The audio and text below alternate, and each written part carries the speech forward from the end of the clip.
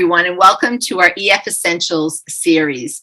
This session is going to be on embedding executive function in the general education curriculum, specifically focusing on reading, writing, and note-taking. And if you're not a general education teacher, don't worry. There are strategies here that you can use in all different types of settings, small group, one-to-one, and really any type of group setting. So welcome. So I'm Donna Kincaid, and I'm the Assistant Director of our Institute's ILD and Research ILD, and I'm working here with my colleague, Wendy Stacey, who is the Director of Reading and Language, and she has been also very instrumental in developing our executive function curriculum. So we're excited about being here today. So to get started, we want you to start thinking about what are the EF demands that show up in your classroom. And if you've been part of some of the other sessions that we've had, you may have already started thinking about this and maybe even, been thinking about the challenges and how you deal with those challenges. Today, we'd like you to think about the EF demands that really relate to content, content in science and social studies and in your English class. So really in general, what are the writing and reading demands that show up all the time? So take a minute to think about that. What do your kids struggle with the most, or what do you get frustrated with the most that they are not doing that you may expect them to do?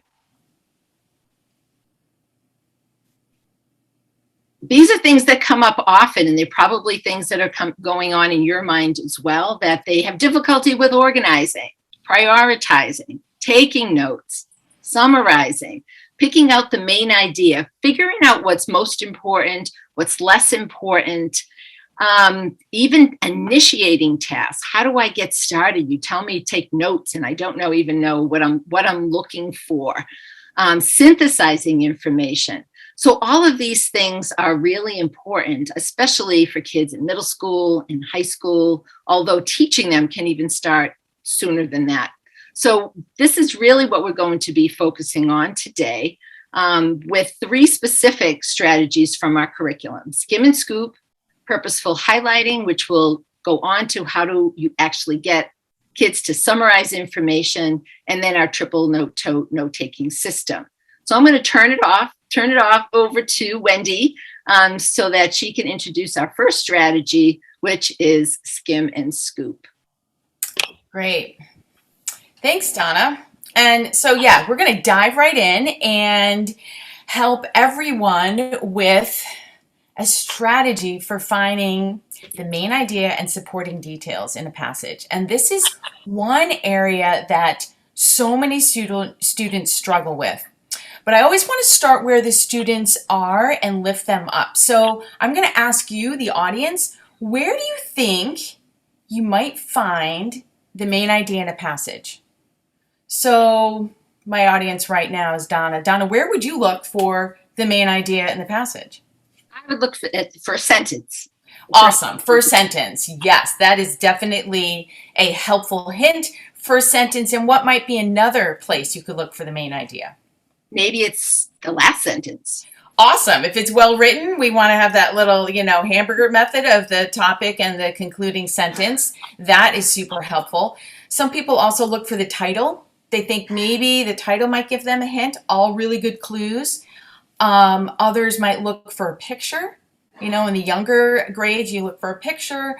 As we get older, they may look for a graph. But sometimes there's no title, there's no other supporting evidence to help you figure out what the main idea is. So we have another strategy to help you out. And the essence of this strategy is to quickly and efficiently pull out the main idea and supporting detail in a systematic way. So it boils down to getting the what is the passage about, and the so what. So if the passage is about motorcycles, so what? Maybe they're really expensive. Maybe that's the so what. Or maybe they're really dangerous. Maybe that's the so what. So what I'd like to do is walk you through this particular strategy, and then I'm going to summarize the steps, and then I'm going to let you try on your own. So the first thing we're going to do is we're going to look for repeated words. And these are nouns. And we want to see this word repeated in every single paragraph. So students love this particular strategy because I'm not asking them to read right now. I'm asking them to scan the entire passage. So let's do that. What seems to crop up? Wow, okay. So there are certainly a lot of penguins circled, and they're circled throughout the entire passage. So with that, I am pretty self-assured that this passage is about penguins. So I have now just found the what. I have the what about this particular passage. Now I need to go to my next step and figure out what's important about each paragraph. Now this is where the reading comes in. I do want students to read, and now we're going to figure out the subtopics. So the first thing we're going to do is we're going to outline the passage. The purpose of that is to create a outline so they can actually see that this is a very simple, basic outline. It's kind of like a reverse outline that we would do, and a lot of students, when they go to write, the last thing I want to do is an outline. So this is a reverse. Let's see how well organized this passage is. So we've outlined the left-hand side. Now we're going to number them just to clarify each paragraph. And now the next step is we are going to read, and we're going to figure out what is this first paragraph. I know it's about penguins, but what about penguins? So I don't want penguins on the left-hand side. I only want 1 or 2 words. And the purpose of that is to really get the students to be concise, to paraphrase, to solidify what's in each paragraph. So we're scooping now each paragraph. And in that first paragraph, I'm seeing a lot about food and fish. Okay. My next paragraph, kinds, emperor, oh, fairy penguin. Oh, last paragraph. Oh, a lot of live seems to be repeated often. Now let's label. Let's see what we can come up with. Well, the first one, it had to do with a lot of eating, had to do with fish and food. So eating habits really encapsulates that particular paragraph. If your students just see food, that's fine. That is completely fine. That's a level they're at, and they're not wrong. So whatever level the students are at, you want to build that up. If students disagree on the label, then it's really important to read it out loud and take a vote and see which one makes the most sense. So the next one is clearly kinds. And you know what? It's in that first sentence. So we can still use that strategy as well. And they might have said types, species, kinds, varieties. All of those would be correct synonyms. And last we have habitat. But if the students say location, then that's okay too. Maybe they don't have habitat in their own vocabulary, but we know it's location of the penguin. So what we've done is we've created a very simple outline. So I just read this passage. It was about penguins, and it talked about the eating habits, their types, and their habitat. Perfect. So that was a very systematic way of dissecting a passage. Let's go, and here's the summary of how to. So the very first thing you do is you skim through the entire passage for repeated words. Then you scoop out those words, those repeated words, and voila, you have the main idea if this is a well-written passage. Next, you outline the left-hand side and you number it to delineate each of the subtopics. Then you do need to read each paragraph and pull out that supporting detail. What is the essence of that paragraph? And I want you to do it only in 1 or 2 words in the margin. Okay, so you should have in front of you a passage, and here it is. Notice how it's shifted over to the right, so you have a little area to write on the left-hand side. It's really important to do that for your students. And I'm going to give you a few minutes to try this strategy out on your own, and then we'll assess.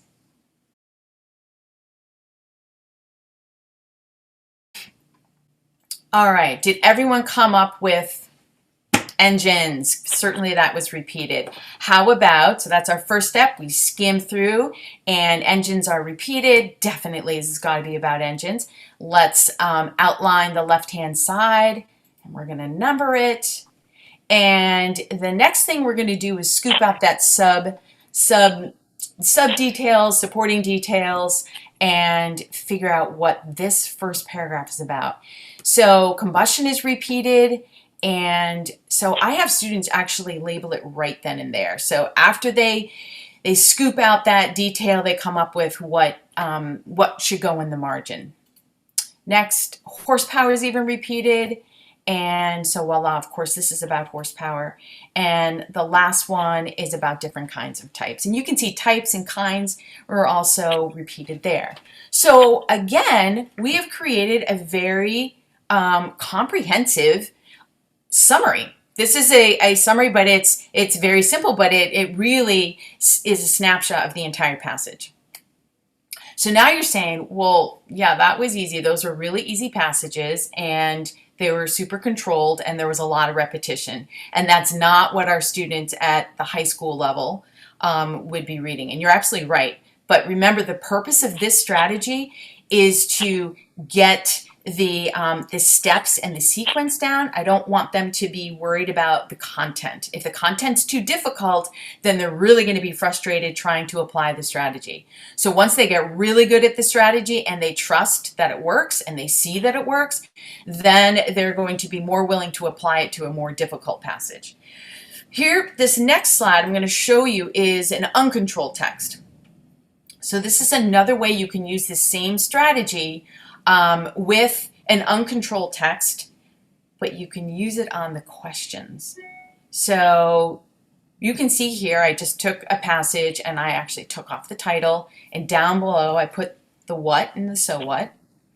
And there's quite a few passages. It's pretty dense. And some students just say, forget it. That's too much. So let's allow the eyes to scan through the questions and see if they can at least get the what. And doing the exact same thing, they can just get the what. So what seems to be repeated over here? Well, it's definitely about this guy, Chester. So that's repeated a bazillion times. What else is repeated? Money seems to be repeated. So voila, we haven't even read the passage, but we know it's about Chester and we know it's about money. We don't know the so what. That's where the reading comes in. So remember, this is not replacing reading. This is making the reading more efficient and systematic. So it gives the students a starting point, and now it's a little, it's easier. It's easier to digest the entire passage. So again, you can use it for questions, or you can use it for a passage. A lot of us like to read the paragraphs automatically. We're little creatures of comfort, but this allows kids a different strategy to try it out with questions, see if that works. I use this for standardized tests a lot because a lot of times the students they're not interested in what they're being asked to read, but they have to read it. So that is Skim and Scoop in a nutshell. And what we do in our SMARTS curriculum is we always reflect. So we're going to pause here for a moment and figure out how might you use this particular strategy? What did you like about it? What seemed easy? What seemed cumbersome? How could you use it in your classroom? What might you have to do to modify for your students? And Donna, is there anything that you can see? Have you used this strategy with your students? I have used it with some students. And again, I like what you said, Wendy, in terms of don't worry about the content in terms of when you first start using it, because you want something that the kids can be successful with to learn the actual strategy and then started applying it to other things. I would just say that it's important to take the other content, uncontrolled content, and look at it first, see how it can be, you can apply this strategy. You don't want to just go in with something and not have any idea about how it might turn out, but to play with it. And I'd also, really strongly suggest if, your social studies teacher or, an English teacher and you want to be trying it, even find a partner that you can do it with together and look at some materials. And can we use this with the content that we do have, even if it's, within a novel or nonfiction, and, trying it out there. So. Yeah, and I would echo the same. It works best with expository material. I have used it with literature. but expository, it's set up for that because we're looking for that main idea and those supporting details. The other thing that it does a excellent job is it allows students to see the structure of a writing piece. And I encourage you to choose something that is not well organized or maybe doesn't have that main idea all the way through, because then the kids can realize, wow, this isn't very well organized. This isn't a great passage. And then they can use it on their own writing too. So, yeah, it has many, many different features and lots of ways that you can adapt and mold. And we'd love to hear how you use it in different ways. Yes, please let us know. And Wendy has used it with SAT passages as well. So, and it's been successful with doing that. Yes. Great. All right. So we are going to transition here to our next strategy, which is purposeful highlighting. And if you look at this, I don't know if any of your kids, you've seen this in terms of this yellow page syndrome. It seems to be something that's rampant in schools. But the question is why? Why do we see this? Why do we see pages that may just be all one color? You know, if you think I know. Donna, what? It's so much fun to use a highlighter. Are you serious? And just love it. And I work with a lot of teenage girls and love color, and they'll use different colors. But Wendy, though, what are you highlighting? Well, I don't know. I just like the activity, you know. Sometimes I think I'm highlighting something that looks important. Dates. I usually highlight dates. Maybe, well, I'm really channeling my students here. But yeah, dates, something maybe the teacher said. Yeah, I don't really have a system. Yeah. Okay. That's it. There's no system here. So some kids might do this because they don't know what's important. So they just keep doing it. Or again, they're just coloring like Wendy was saying. But maybe they don't know, you know, what to focus on when they're highlighting. So they highlight everything. I also know from working with teenagers who use highlighters that they read and highlight, and whether it's highlighting with, you know, an actual marker or underlining, they're doing it while they're reading. So they're not stopping to think about what they're highlighting. They're just, oh, this must be important. This must be important. So they keep doing it, and they're not stopping. They're not using more the active reading strategies about, you know, stopping and thinking about what that was about before they pick out the main idea. So there's a problem there. And we want to make sure that kids, if they are going to highlight, which is really an effective strategy while reading, they do it correctly. So we're going to be looking at, you know, the purpose in highlighting. And Wendy already mentioned some ideas about why we might highlight, what things we might be looking for, but really thinking about distinguishing between main ideas and details, identifying unfamiliar vocabulary, and even, I mean, you think about highlighting as drawing our attention to important information. It could be multi-step directions so that I know that, okay, there's more than one part of this question and I need to answer it.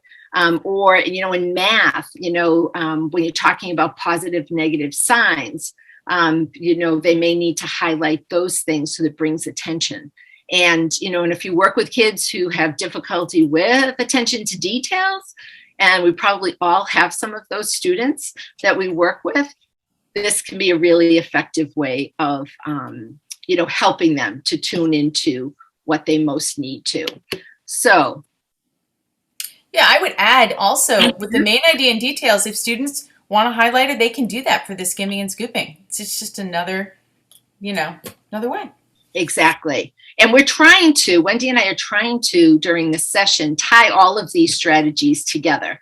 And there may be really think about parts that kind of you can see fitting into what you're already doing. We won't want to be laying on strategies that make it more cumbersome for what you're doing, but strategies that can help you really deal with the challenges that you're facing or you see your students face from one grade to another. And the other thing, I may say this more than once today, but just because a strategy is taught at one grade level does not mean that the student is going to automatically transfer it to the next grade level or to more complex assignments. So even if they go from, middle school to high school, we may think that they know how to do these things, but don't assume, because they often don't, or they may have been taught, but they don't know how to take that and then transfer it to the expectations at the next grade level or, school level.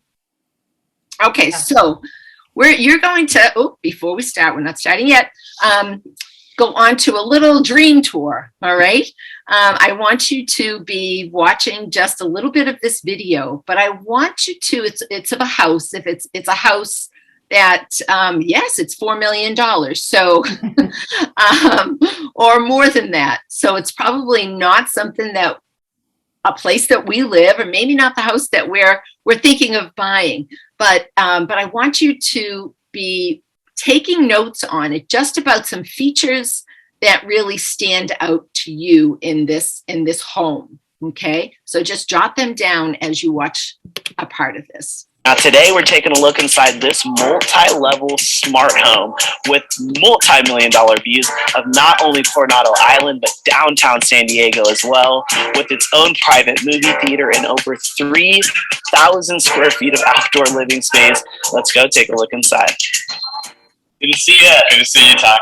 Everybody, this is Chase Maher from the Chase Maher Group. Tell us about this place. We have a contemporary 4-bedroom, 7-bath smart home with over 5,000 square feet of living space, 3,000 square feet of outdoor space. First, I want to show you the Savant smart home system. We have 6 security cameras outside. You can see it from every iPad all along in the house. You can see it from your phone when you're away. An entertainer-style kitchen.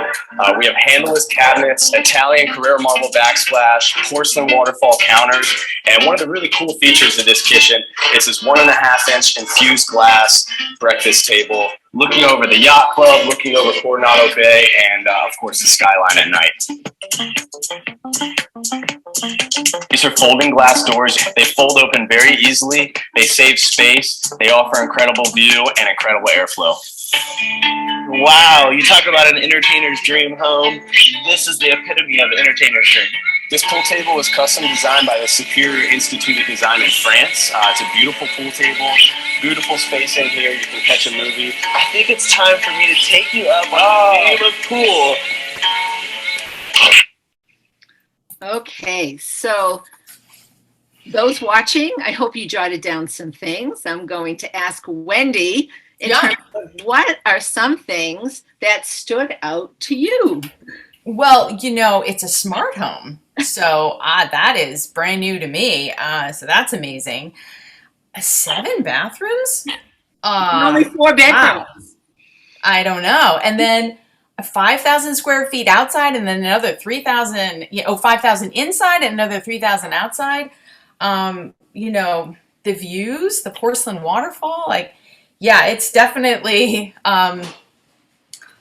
very, very high end. I don't know if I've ever seen anything like that, but that fancy dancy pool table from France. So pretty amazing. Well, it's good to dream, and I really love in the kitchen that glass infused breakfast table. That was really, really beautiful. But what have we just done? We've just pulled out some by watching something, and you can use with your kids any kind of video of a house. We usually choose something that's outrageous because it's not within the kids' reality, and it's good to dream. It's good to look at something and say, just what do we like about this? And then talking about even, what are they doing in that video? They're really trying to sell this house. So they are highlighting different features, important features, to attract people.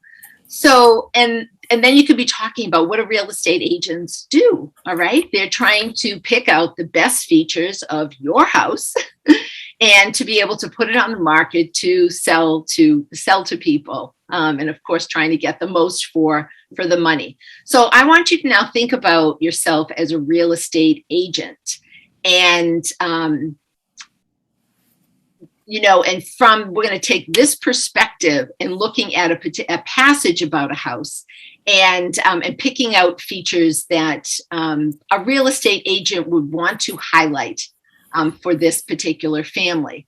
So you have a copy of this particular handout called The House. And what we would do here in the key is say we're going to use a yellow highlighter for the first house. So we would make that yellow and then write in here the house. I mean, the perspective. So we're taking the perspective of the real estate agent. Okay. And then we're going to read this. I'm going to read part of it out loud. And we're going to have you think about what features, stand out to you. All right. So the two boys ran until they came to the driveway. "See, I told you today was good for skipping school," said Mark. "My mom is never home on Thursdays," he added. Tall hedges hid the house from the road, so the pair strolled across the finely landscaped yard enclosed by a stone wall. "I never knew that your place was so big," exclaimed Pete. "Yeah, but it's nicer now than it used to be since my dad built the Olympic-sized infinity pool and added the indoor basketball court." All right, so if we just stop there and think about what really stands out from a real estate perspective. Wendy, what a couple of things that might stand out for you? Well, finely landscaped yard. That's nice. Yeah. I would say tall hedges if you want privacy. So that might be something that you would point out. Certainly Olympic-sized infinity pool is probably amazing. And an indoor basketball court. No need to go to the gym. Yeah, and maybe a driveway. Maybe some people have, you don't have a driveway, and just having this. To me, I'm visualizing a long driveway. So again, there's maybe a little more privacy. Yeah. Right, because if they do have, I can't remember if it's in that one or the other one it's in the next paragraph. We'll talk about how many cars they have. Yeah. To do that. All right. So tall hedges and finely landscaped yard and the pool and the indoor court. Definitely features that would draw. Yeah, there's another thing they said nicer now. So it looks like it's been recently updated too. Mm-hmm. So. Okay, great. So let's look at the second paragraph now. There were front and back doors, as well as a side door that led to the 5-car garage, which was filled with cars, including a Ferrari and a Cadillac Escalade with chrome rims, 3 mountain bikes, and 2 jet skis. As they entered the side door, Mark explained that this door was always open in case his younger sister got home earlier than their mom.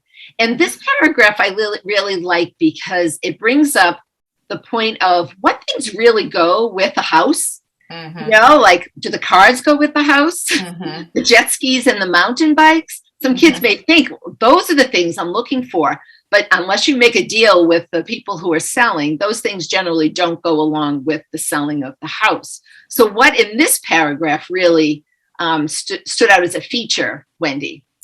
So I know I have to say I was swayed by all the cars. This is an active families, but really what's going to stay in the house, all the access doors. So we have front and back doors. There's a side door, but it's a 5-car garage. So it still is quite large for whatever you happen to have.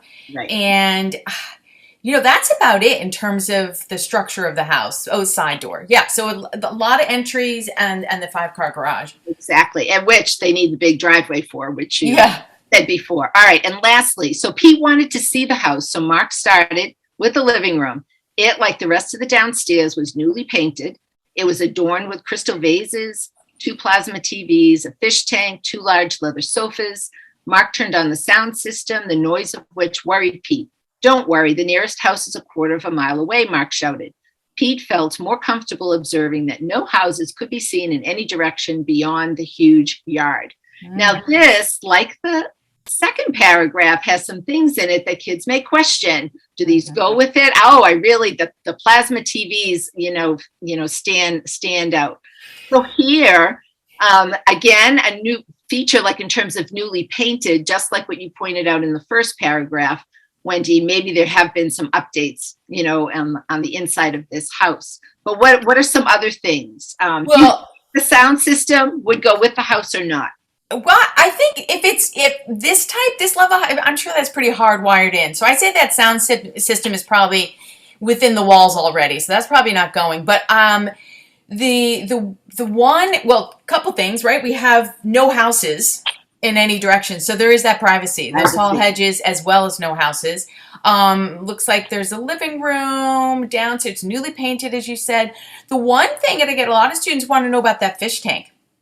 Is this a fish tank that's in the wall? Like, you see it maybe the dentist or something.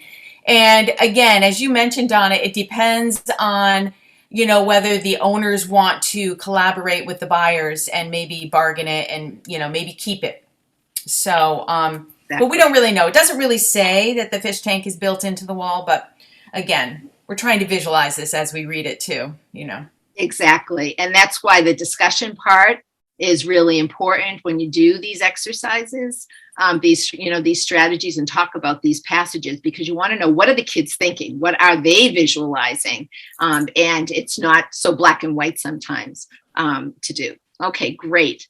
So now we want to switch perspectives. So if we went back to the same passage, okay, but now we're going to use a different color highlighter, okay, so maybe a green highlighter, and we're going to put in the line here, it's the private investigator now. So you're going to put on your private investigator hat.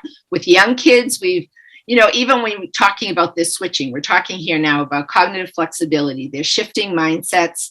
So sometimes with kids, you can have them put on, glasses to change mindsets, think about putting on even imaginary detective's cap going in, so that you're helping them physically and, shift as well as in their brain shift. We're doing something a little bit different now. We're looking at this with a different lens.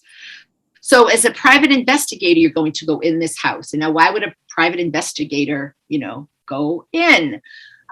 So maybe there have been burglaries in the area or whatever. And, this family has asked that a private investigator go in and just look at the house. And is there anything that would be there that would, that a burglar might be attracted to? So not a real estate agent, but maybe a burglar going in, like, what would make this house maybe unsafe? So again, we're going to go back to this one. So if we look at some of these paragraphs, and at home while you're watching this, please take a minute. You can pause the video and go back yourself and see what kinds of things might a detective be looking for, and that could be stolen in the house. So you can pause. Otherwise, I'm going to have Wendy in these same paragraphs. Okay, what are some things that would have stood out to a private investigator? Well, ironically, those tall hedges actually serve as a perfect, hideaway for a robber. So, and the fact that it's really hidden from the road. Mm-hmm. So there's not a lot of people around to see if there's some suspicious activity. Mm-hmm. I've also, having done this activity, a lot of students would say, since it was recently constructed, maybe the construction workers were there and they are familiar with the landscape in the area. So construction worker could be maybe suspects. The other thing is there's so much access to the house, this front door, back door, side door. That's super appealing. But also the things in it, all those cars, those crystal vases. It looks so. It just looks like it's almost asking to be taken. So those are things when you have that detective hat on. We're looking at different things that actually can be carried away. Exactly, and you're talking about the access, and one door is always open. Right? Yeah. In case the younger sisters get home. So, and as you could see from what Wendy was saying, that there are some things that can be taken from both perspectives. Yes. Okay. So this is the last paragraph of the passage, which you did not see. And I just want to show you what it would look like if we're highlighting for both things. Okay. So first, from a real estate's perspective, and then from the private eye. So there are 8 bedrooms, walk-in closet, newly installed bathroom, hallway, bathroom. And then the things that the private investigator would be looking at would be the furs and those expensive things that Wendy was talking about. And also in this particular last paragraph, it also talks about a hole in the roof, which the real estate person probably would be interested in too, not to put in his ad, but to make sure that it was fixed before they started having people come in. So here again, you're directing your students to look for particular things. Sometimes we ask students, see what comes up, but sometimes they need more direction than that. Like, okay, take on this perspective, or only look for, the figurative language in this passage, just that, or look for just similes and metaphors, because sometimes when it's too broad, it's more difficult for them to focus their attention. But what can happen after that? So if we actually just extract the blue highlighted words or phrases from here and put them in an outline form, it's almost like we're starting to create an ad for this home. And the same thing with taking the kind of the peach colored highlights about what a private eye might be looking at, we have there. And then what could you do with this, Wendy? We have an outline. I mean, I think, as you said, this is really the bullet points of this awesome house. So as a real estate agent, you would highlight those in a very short advertisement. As a private investigator, you might talk with the owner and say, these are the things that, I found evidence in your house that we might want to look a little bit deeper. So it really solidifies it and makes it easier to digest. Right. And the private eye might just say to the family too, make sure these things are insured. This is true. Or maybe you need to install some cameras. Yes. Right? Yeah. Now, that fancy dancy house we saw had some of those, smartphone this cameras. One did not highlight any security system. Okay. So going back to that fancy house, though, if we did the same type of thing from the features that we saw, but we're actually for this house passage, okay, but we're going to pretend that it's in La Playa, California, and taking those things from the outline, okay, we could have students write a little ad. Now, maybe they look at other ads in the newspaper too. You show them some examples of what, real estate ads look like, but then they can create an ad themselves. And they're coming up with these short phrases, like these bulleted terms, not long, lengthy things. So again, that's a way that you can use that. I want to switch and talk about another type of exercise, using purposeful highlighting, but in a different way.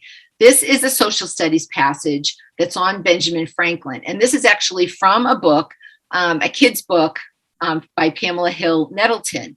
And so you can see it's 4 paragraphs here. The actual passage or, book is longer than this. But we bring this up because this was actually a passage in our Massachusetts MCAS, our state assessment system for ELA. And as you can see here with the title, Writer, Inventor, and Statesman, this is perfect in terms of thinking about different perspectives or different roles that Benjamin Franklin had. And as students are reading this, have them look for evidence of him being a writer, inventor, and statesman. So I'm going to go to this particular, copy of it too, because it can be broken down. It can be broken down by lines. Okay, there's 6 sections here, which may make it easier for some kids to read it. And up top, the teacher, puts the highlights in there for, these 3 roles. And then the students kind of look and see what evidence there is and highlight in those colors. And then from there, just like we did with the other passage, we might put it into some kind of, outline or chart. So here we took those highlighted details, put them in this chart.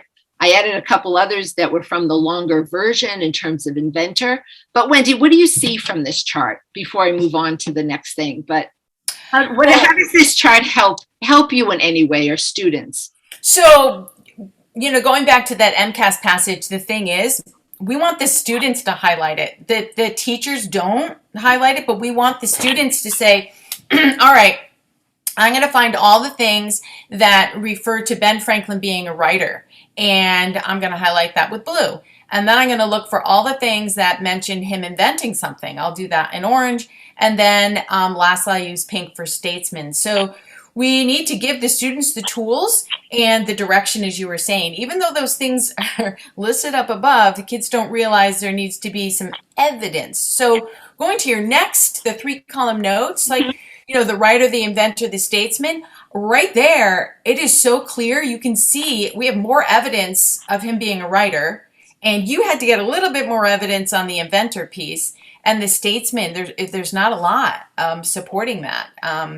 Not to say we disagree with it, but just if we just surrender to the passage, what's given to us in the passage, this is really nice for the students to see. So then it helps to write, because that would be like the next step, right? Right, exactly. So we can actually take that information. You can have students take that and then write a summary of that whole passage, and just putting in those things, and maybe then they highlight, as I've done here, those 3 words that stand out again in terms of those three roles. But it's pretty much taking that information and putting it then into paragraph form. Because, it's really important to teach kids how to summarize information. A lot of times, I work with mostly high school and college students, and they really don't know how to summarize. They put everything in. They don't know that they don't have to include all the details. This is a simple do and don't for a summary. Depending on the age of your students and their ability level, you may have different lists of what you want them to include, but it's important for them to know what goes into one and what doesn't. In terms of main ideas, using their own words and keeping it brief. It's not supposed to be as long as the passage itself. It's supposed to be short and concise. And what they don't need to do and shouldn't be doing in a summary is analyzing the information, giving their own opinion, or adding information that's not in that particular passage. So if you're asking them to do something that's beyond these things, they need to know what you're actually looking for. And again, don't assume that they've learned it in a previous grade or by a previous teacher. Put that out, to them once again. Okay, and I just wanted to show you just this one other example. I was working with a high school student the beginning of this year, and she was working on the trails west and the trails to the west. And she had to do a summarizing and distinction between the trails and all that. And this was not her exercise, but we were Googling some things. I was Googling some things that were related, and I came across this, and I thought it was really interesting and very connected to what we're talking about in terms of purposeful highlighting.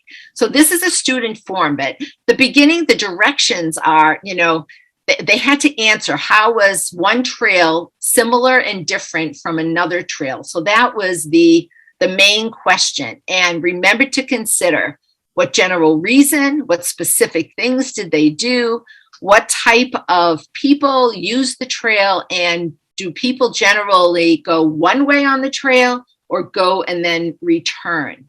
So, and that was highlighted by the teacher, those 4 things highlighted.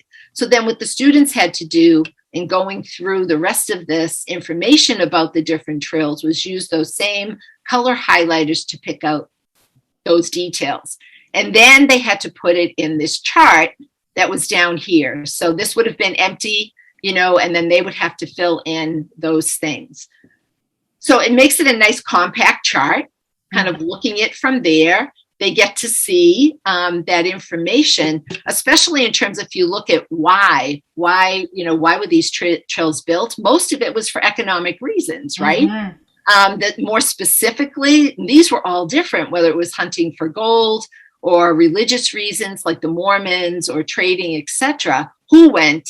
And then you can see in terms of the back and forth, most of them just went one way. They were not coming back on that trail, except for the Santa Fe Trail, where there were some, because of trading, going back and forth. But then again, students can take that information and write a concise summary based on that chart, and kind of tie it up nicely. Wendy, do you have any comments about this kind of? Yeah, what I loved was the direction and the repetition. If you think, we did that skimming and scooping, but they repeated economic reasons. They repeated economic gain, social reasons. And so it's really nice for the kids to see those as sort of trigger words that are systematic. And then it's easier for them to fill out the why. And I love that the teacher already had the big picture. The teacher knew, what. Yeah, and these were actually, the kids had to fill in the answers to the questions for each of these, and then highlight them. Yeah. And then highlight them. Yeah. So this sheet wasn't like all given all that information. The direction was there, but they had to then put in information themselves and then pick it out. So what's interesting is it just shows it could be pre-highlighted. Yes. Depending on the age of the students, and because that's you can have it highlighted and have the kids pull it together, or you can have the idea and have the kids figure out the different areas that they need to highlight. So exactly. A lot of flexibility. I really like the chart at the bottom. I think that's it makes it all together. So again, like we do with every strategy that we teach with students and with teachers, is to really stop and think about what you like about this strategy. Even if you've been doing highlighting with students, what could you do a little bit differently? Is it really purposeful? How can you use it within your content area or in your class with particular students? And again, how might you modify it to meet the needs of the particular students that you teach? Okay. I guess one thing that in terms of modifying, I have had students come up with their own dream home. If you don't have a video, you have the kids generate what their own, like really dream big, money is not an issue at all. And what would that look like? So that is another way of weaving in sort of the notes and really getting their mindset into a realtor. You could pair kids. One could be the realtor, one could be the investigator. Yeah, there's a lot of flexibility in there. All right, I am going to turn it over to Wendy. Okay. Here we go. All right. So far, we have introduced a way of systematically pulling out important information and supporting detail. And then we also introduce you to purposeful highlighting, where the students are directed for a particular task. Now we want to look at the actual notes. So let's analyze note-taking, because this is something that kids hate to do. And to start right off, we're going to have you guys take some notes on a passage, and I'll give you just a few minutes. So if you don't have a piece of paper in front of you, grab that and your favorite writing tool. And as I said, I'm just going to give you a few minutes, and then we'll talk about your notes. So here's your passage. It is up here. I'm going to put my timer on.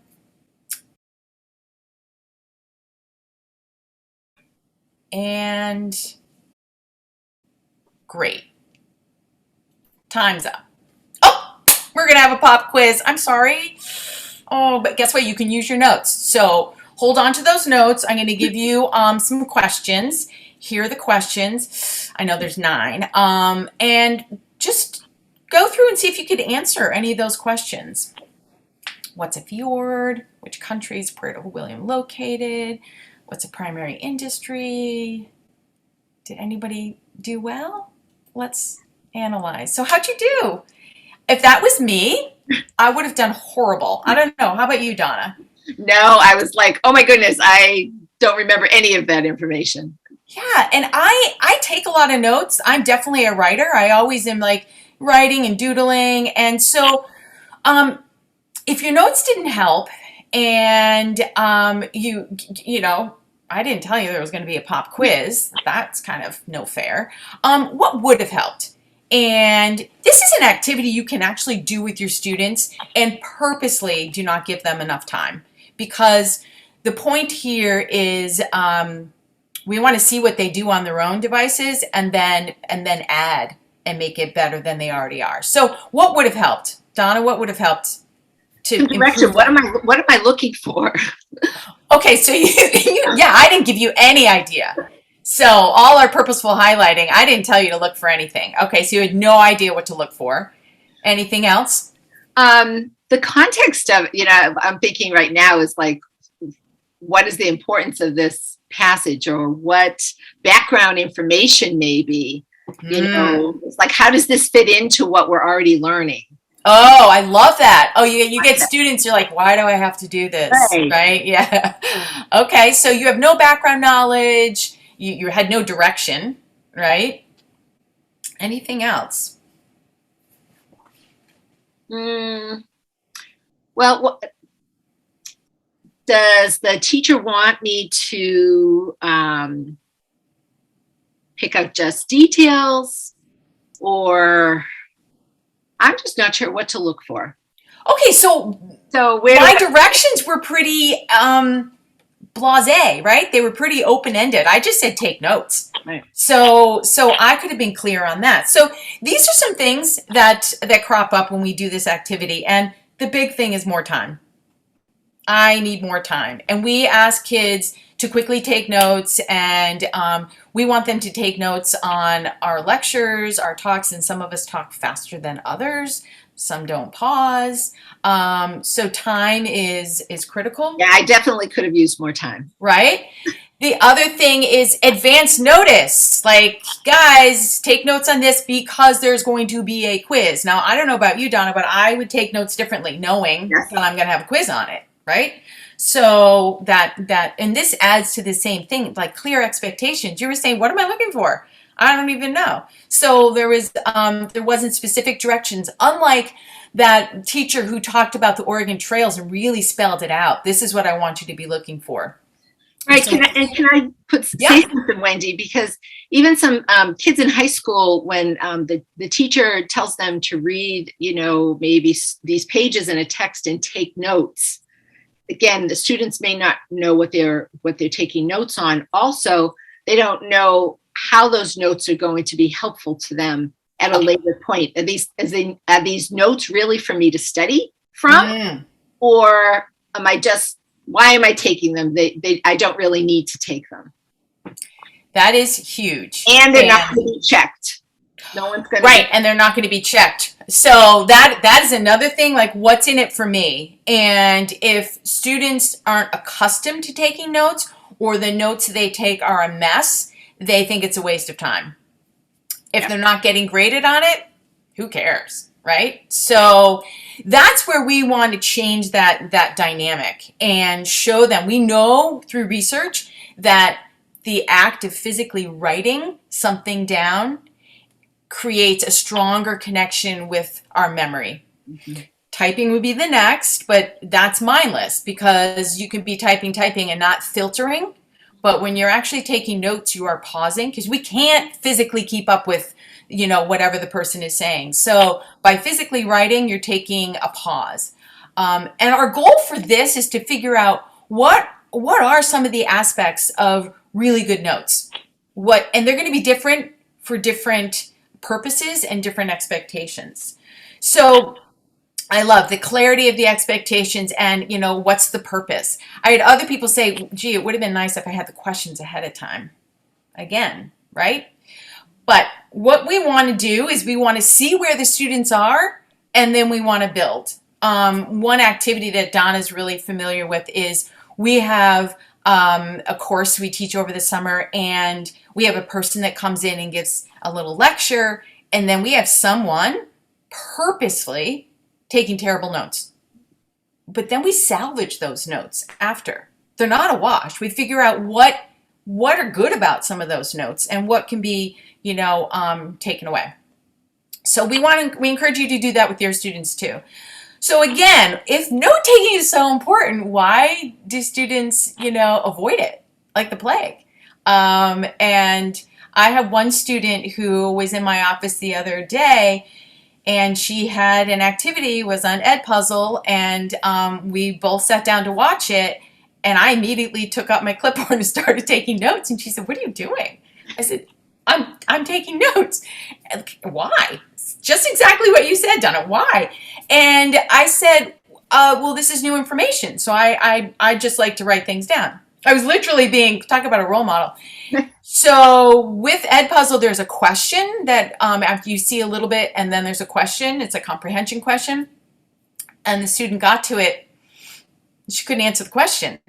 So then she had to rewatch. And I said, that's why I'm taking notes. Because now you have to rewatch. So, right, the notes can make your life more efficient. I don't think she trusts herself. All right, so let's look at some examples. What should good notes have? And perhaps we can agree on 5 different pieces. And again, you could add depending on what you need for your students in your classroom. So let's look and analyze and see what we like. So here is an example. They're quite similar, but they're different. So Donna, what do you love about this one up here in the corner?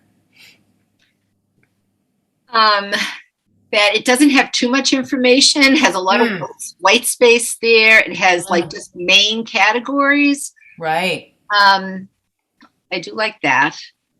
I like the color. I'm with you on that. I like the color too. And on the other one, there's images. Yeah, so this goes a little bit deeper. It's colored, it's shaped, but it goes, and interestingly enough, it has a lot of the same, as you said, the main ideas, but then it has more depth. More details, yes. More details. Mm-hmm. Yeah. Do you also notice that, I know this is like a minor detail, but look at the shapes. They're also different. Mm-hmm. And kids love doing that. It's like really kind of personalizing their own notes. Now, we all know that some kids can go overboard and they spend too much time, bedazzling it and making it look pretty, and the content falls out. But again, if you do this systematically and quickly, this wouldn't take a lot of time. Automatically you have this one in the middle that's kind of like, sharp edges and what have you. So it's that practice, practice, practice. Now over here, how to build a tree house. Yes. What's different about this one? It's all images, very few words. And it almost looks like, if I'm thinking about how the person was doing it, it almost like seems like a story or a process. Yeah. Going from one thing to another, like flowing from one thing to another. So they definitely represent different ways of thinking about. Right. And to me. Well, yeah. And if you're thinking about it, they've included funds. Like, how are they going to get money to make this tree house? So for this particular, these are kids who don't like to write, or maybe spelling is really challenging for them, but they are amazing artists. So this would be really easy for them to do, just a quick little sketch, and it's meaningful to them. Right. But my mind does not work like this. Like, no. I know a lot of students I work with, it doesn't work like this. It's more linear. So do you have examples that are maybe more? Yeah, so let's go to the next. And this one's mine, okay? So talk about linear. Look what I did here. And it looks like chicken scratch. But guess what? No one else is going to see this. This is just for me. So a couple things are, I purposely have it on blue paper. And I do evaluations, and I have 2 columns. And on one side are the actual tests I'm giving, and on the right-hand side are notes. They're quotes that I'm hearing from the student. So this particular student is saying, "Can you check that one? I think I want to see if it's right." Also, the student was playing with the strings on the sweatshirt and playing with Purell, and then just randomly saying, "I like to eat lemons and hot water and lemons and honey." I mean, it had nothing to do with the assessment. I noticed that this particular person was really inconsistent on one particular task. I noticed that this person didn't have a system. But also incredibly observant. This student said to me, the stopwatch is still going, So there's a little attention going on with this, but it gives me evidence to make that conclusion. The other thing is I noticed that this is day 2. I put a date here. The purpose of putting it on blue paper, as Donna knows, when we do these evaluations, it's a sea of white paper. So a colored paper really sticks out.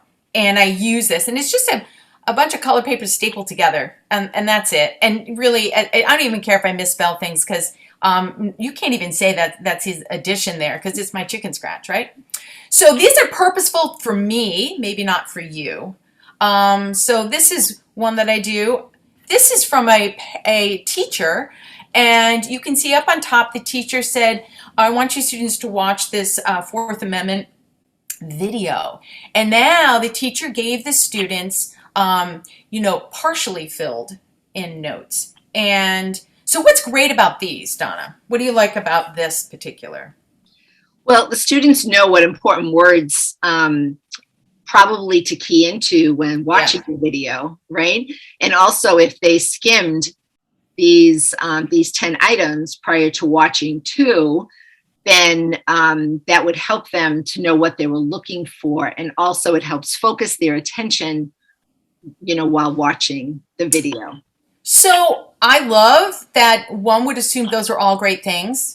However, can I tell you what a nightmare it was for this particular student? What happened was, we all do this, right? The student counted up all the words, right? More than 10. All the spaces. Oh, inclusionaries twice, cross that out. It became like a puzzle, as opposed to, and the content dropped out. And up here, do you see that circled the N here? So she knew that this had to start with a vowel, right? Very, smart. But what my caution is this: yes, give this to the students before they're watching, not during, because then it's too much at one time.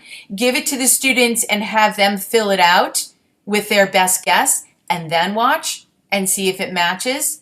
So they aren't trying to, because what students want is the right answer. They want to know, and they want to get it done, and they want the right answer. And they don't want to really think about it. And so you can see here who would typically search and seize people's property, people, or papers. And I really wanted the student to think about that before. Well, a who, based on this down here, is definitely the police. It's not necessarily going to be a judge, right? So I really encourage you to meet the students halfway, give this to them ahead of time, and discuss the words down below, and maybe not do 2 lines, maybe make them all 1 line. I don't know. So it's definitely has some great benefits. And then lastly, Donna, this is from one of your students. Walk us through this. Yeah, so this definitely is not a linear way of thinking either. Yeah. This student that I had a couple of years ago, I think it was a 10th grade chem student, high school. And this is the way that she thought. She thought a lot in stories and connections. And when she was taking, this is typical for her notes, but she was taking other notes that she had and making a study guide for this unit test. And and it's very intricate in every in every detail, and I think it ended up being 2 or 3 pages in total. And this would not help me at all to study for a chem test, but it made so much sense to her. And you can see there is white space. There are a lot of boxes, things that are boxed. There's a lot of arrows. But for her, she could talk it out, and it was like a story. Yeah. But this is how her brain was processing this information, and she ended up doing really well on tests with this. So, if I see a student like this, we could be teaching students certain note-taking systems, and if I tried to put another system, in place for her, it would not work, because that's not how her brain works. Another system may be good for learning new vocabulary or something else, but definitely not for learning this kind of information. I love that you said that because that is so true. You know, the webs that I showed you, it might be perfect, you know, in one situation, but it's not one size fits all. Yes. And the other beautiful thing that you said, this student did really well because she put so much time and effort Yes. into this particular assignment. It's like a study guide. Mhm. And Yeah, definitely a we study forget that. Students think that notes are just like, oh, you're just writing things down. But reality is you're actually, you know, imprinting that information in your brain, and it's another form of studying. Yes. I think Especially- that kids think that notes is just a busy thing to do sometimes. They really don't Oh, yeah. grasp the, you know, the importance of it. And maybe it's because there's not a connection between the taking notes and the next step. How do I use these notes maybe to study for, you know, the test or quiz that's coming up? Or I think it's also, they don't have a system. Mm-hmm. Right? They don't have a way that they take notes. We want them to have this automatic when they go into a class, you know, to kind of know the purpose, like why am I taking these notes? Because I'm going to have a test. And then also, what's my go-to? What fits best for them? Mm-hmm. So that's what we want to share with you guys. And let's just talk about the 5 aspects. So this is what cropped up in some of the notes that we showed you. So, you know, having a date or a title, really important because we want the students to be able to access it quickly. And it's also really important to say, oh, I've got notes from September. I don't really need them. You know, that was the first semester. It gives you a direction in terms of cleaning things out.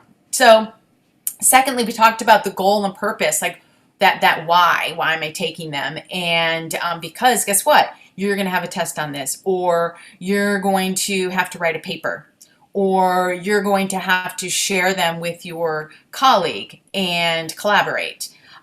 So another, you know, the purpose behind it is really important. Levels of organization, I just jumped ahead, but I just jumped ahead. Can you go back? You have control. There we go. So levels of organization in terms of how they're set up. Are you boxing things? Are you doing 2 columns?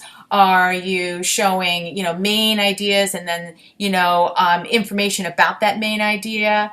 So another important aspect of taking notes. And then abbreviations. I think that this is something we don't do enough of. Teaching kids universal abbreviations is so important and so much more efficient. And when I say universal, that means everyone would be able to understand what it means if they were reading those notes. So really important. And then white space. Oh, you know, give those eyes a break. White space, really important to allow you to look at something and then shift to another piece of it with some, you know, a pause in between instead of it being all, you know, crunched together. So these are things that we came up. We encourage you to do this with your students, and maybe as a class you can decide what are all the things we're looking for in good notes. It's really being clear about the expectations and making sure that everyone is understanding what you as the teacher are expecting, and that gives them guidelines. So, as we talked about here, so important to know about the purpose, and understand why. Why are we taking this and how? So they can be really strategic and really systematic. So they don't have a situation where they're still wondering how they should set it up. We really want them to, and this is something I think you have to directly teach. If it's with a video, it's really helpful to do this with a video or a TED Talk or a lecture, and walk them through and stop and pause and say, what information would you have taken from that? What are we noticing from the professor or the person who's speaking? Are they using their hands? Are they making a specific point about something that shows that that's something you might want to write down? Okay, so if we had to take notes again on this same passage, now that you have had a few exposures to a couple different ways, one, we talked about skimming and scooping, one, we talked about highlighting, what would be your go-to?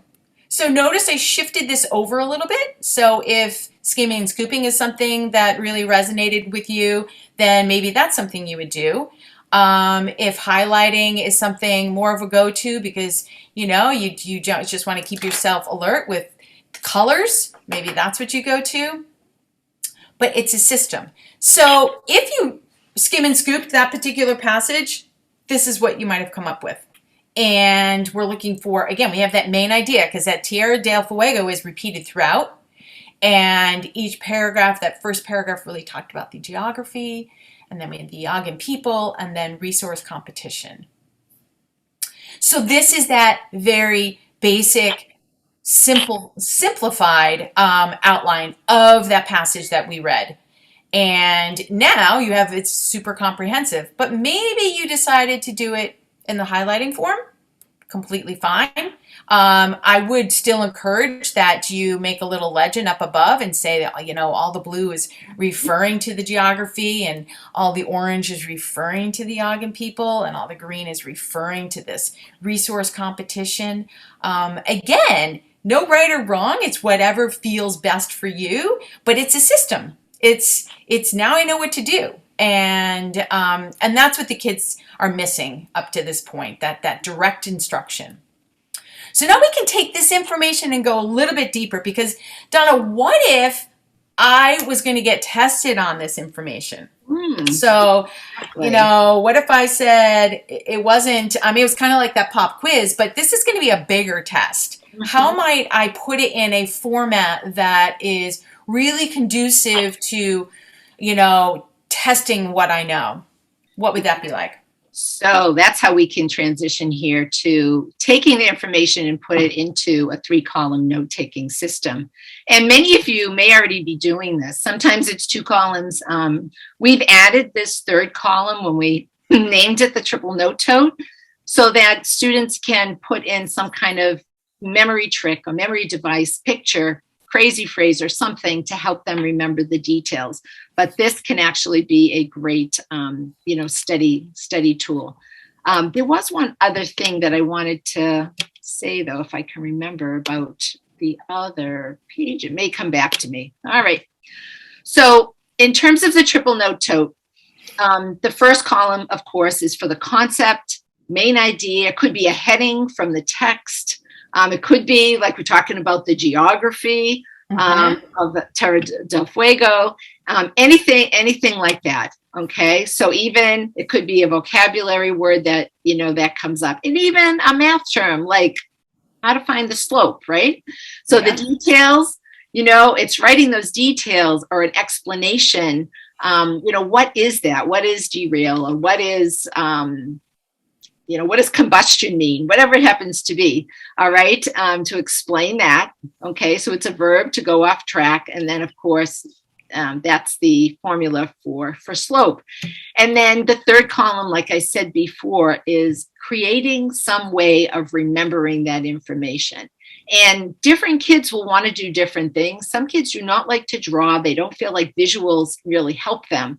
But for many kids, it does. Using visuals and color kind of connects with the right part of your brain. So you're actually using more of your brain in terms of accessing that memory.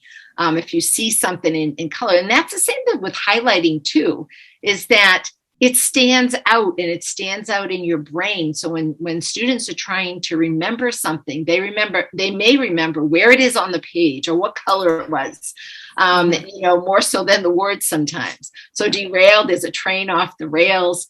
And for slope, why does Mary cross love Bill? It could be one way of remembering what the slope is. For other kids, they may just have to draw, a picture of the slope and, what that is. So again, this is really personal. And the other thing, I always stress with my students is that you don't come up with a memory strategy for everything. Okay, that would be crazy.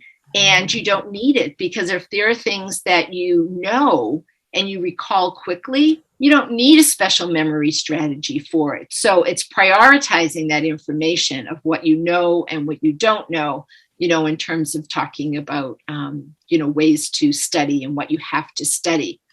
So this is just an example of a student's, vocabulary. And I think it was, I think these were SAT words for this particular student. And again, it's done a little bit differently here. I was teaching him some keyword and association strategies to use in the same kind of method. He had to think about and you can use this with foreign language as well. Like, what does that word sound like that I know? Raucous sounds like rowdy.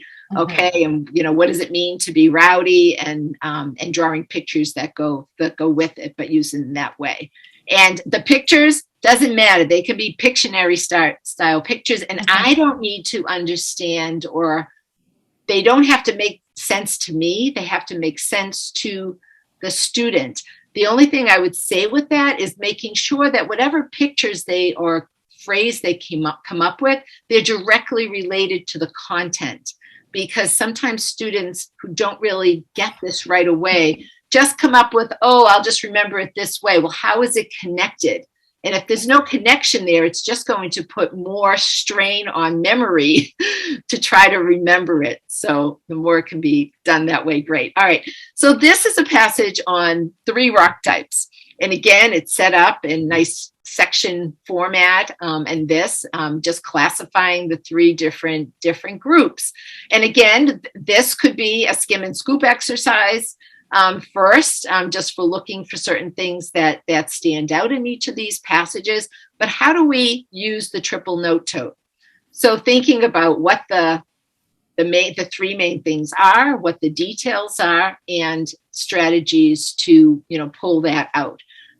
So here's a finished copy of what the students may do, or you may do with them. And again, we always stress this, Wendy said at the beginning, it's teaching them the strategy, it's modeling the strategy, it's doing it with them, and then having them have independent practice. So it's pulling out of these passages things about igneous rocks, again, the details about it, and then coming up with some kind of picture. And some of these are actually combining some of those visuals with words too, that help with memory. And there is one, see, there's more than 3 categories. Yeah. The crystal size is just something else that stood out in the passage that for a lot of kids, they find that they're putting it in there, but it's not really one of the rock types. So I like some of these, the sweating crystal. Again, they're sweating, and lava is so ignorant. So again, this is what I was saying before about if your phrase connects with the main idea. So ignorant, igneous, so more heat, even metamorphic. Sometimes it might be the first letter, or it might be part of the actual word. Here are a couple other examples. This is on legislative branches, and the powers of Congress. And again, this student was taking it, probably from something that they were reading in the textbook, and then putting it in this format. And you can see, and some drawings are going to look more sophisticated than others. How I said sometimes it may look like chicken scratch, and we don't even know what it is, but the student gets it. Other times, the other caution might be make sure that students aren't spending more time on the drawing than on the other pieces of it. But that's just a side note. Yeah, I'll just add to this because this is my student. And what I love is that the teacher gave the students this format. So up above, you can say it's enumerated power, description, and drawing. And this student is an artist. She's also from Brazil. So if you notice a little bit closer, she has some Portuguese words and posto. And so because it made sense to her, this was a game changer for her, because learning enumerated powers is really complex, and creating a drawing that made sense to her and made her take ownership over what she was learning. And of course she did really well on it, because She wanted to spend some time on the drawings, but not too much time. You can see these aren't like, she added color and whatnot, but it wasn't overly lopsided and Right. just on the drawing. So. Right. And it's really important that, students individualize them. And then this other example was from one of my students who, just in terms of teaching the student how to take notes from their math material and being able to keep this like in a notebook that's, as they're learning new vocabulary words, of keeping track of that and what they mean. So even though, math teachers, that I've seen their work, it's really good in terms of laying things out, separate sheets that may go over the different types of, angles and lines and things. But kids, to make it their own, to take that and make their own sheets that can be used as a study guide later, is really important. So she kept this in a notebook and kept adding to it other vocabulary that was related to, geometry. And then she could take these out, because it's 3 columns, and fold them and quiz herself and refer to it also while she was both completing homework assignments and preparing for exams. And then this is another student in terms of biology. And I smile. I remember this student so well. And she actually was from Spain originally, and came here, and she was a pleasure to work with, like all our students. But anyway, her way of thinking about the examples, for her, I love it, because who would think of nucleotides, like that, tides, as ties? Okay, so all of her images have to do with these ties, these chains. And she has this, one, girl named Polly, and carries that through too, with having more than one tie and, hanging other things on the ties, but it's all connected. And I wouldn't have thought of that, but it really worked for her. So kids need to be taught, a structure, taught a systematic way. There's some variance, of course, that we have to, keep in mind for students who think differently. For some kids, it may be doing more of those web style notes that even computer generated, to look at it that way. But for kids to be able to make them,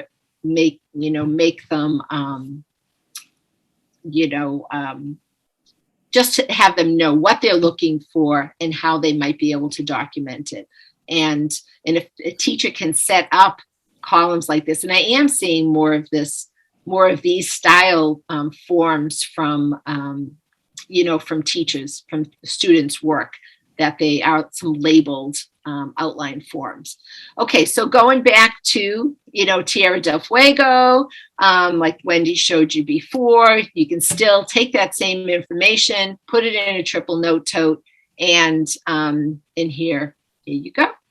And again, they have all those details under each topic and a way to remember it, so that they can retain that information and access that in their working memory for a test. Yeah, and one thing I really encourage students to, the hard work has already been done for them. They've already skimmed and scooped. They already have the subtopics. They already know it's about Tierra del Fuego. But now they can go in to each paragraph and have at least 3 supporting details. I usually have students do bullet points, and I don't want them to be complete sentences. I want them just to be just those little chunks that support that geography. And as Donna said, drawing what makes sense to them. Some students might download a picture from Google Image because they don't like to draw, or others are like, oh, I know exactly what to draw. Like your previous student from Spain, obviously that made sense to her, and it was all connected. Yes. So it was even more powerful for her, memory jogger. Right.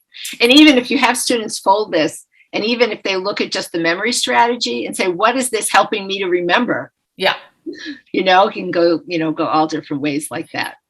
Okay. Yeah, we when you fold it into thirds, it's cover, copy, compare. So if you fold this over, they cover up the details, they write them down on the other side, and then they compare, like, oh, I got this, I'm good. So they can do self-testing of the material as well. Excellent. Yeah. All right, so we've come to the end of this strategy. In terms of if there are any other things we might want to say about note-taking, Wendy, before we... Yeah, I think the one thing that I come across is that a lot of students use Quizlet. It's a great tool. Great tool. They love it. They or teachers will also set it up for the students, and the information's right there. Or they jump onto somebody else's Quizlet, and maybe the information is not necessarily correct. But the problem with that is it's passive learning. And they test themselves, they go through it, but they aren't actively engaged. They aren't owning it.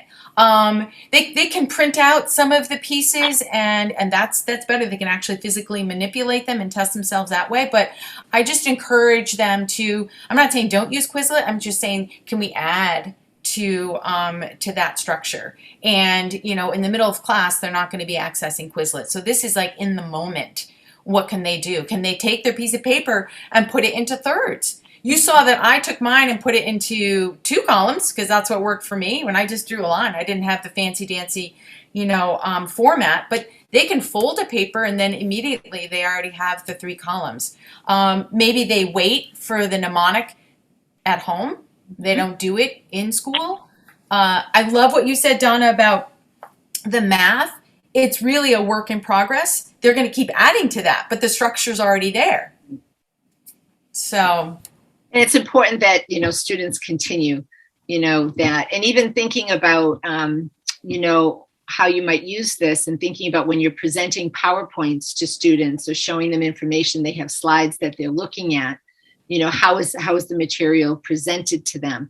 Or if they were to take notes on some of the things you're presenting in class, could they be using the triple note tote to write down that information instead of just writing it? Because, if they do it that way, then they have already started the process there. And again, seeing the connection between taking those notes in that format and then being able to study it for the test. And those may be the same things that are going to be on that study guide that you give them prior to a big test. They have to learn have all these vocabulary terms or know all these things, that they may actually have that already in that format to there, and checking to see, do I know these things? Can I go back to my notes? Because often students don't go back to their notes, whatever notes that they have when it's closer to the test. They start filling out another just question and answer thing, but it's not related to maybe something that they've done before. So, and that's kind of the whole process. I tell students that they begin to study the first day of class. Yes. It's like from the beginning, it's all part of the study process, not the night before the test. So how can we streamline that process and have them see why we're doing it, being explicit about how we're doing it? Yeah, and then being able to choose what makes sense at that time. So knowing that it's more information that they're going to be ultimately tested on, I would go through 3-column note. But knowing that I just need to get the gist and the sort of the main idea and some supporting details, I'm going to do skim and scoop. Because maybe I'm just answering a few questions. So you're going to pick and choose depending on what the demands are and what the expectations are. Exactly. So we've gone over these 3 main, strategies today, and including, how to go from highlighting to summarizing. Okay. And we would love feedback, as well as any comments, student samples, even. You can email us at ILD. We'd love to hear from you. And but thank you. Thank you, everyone. Yes. Thank you.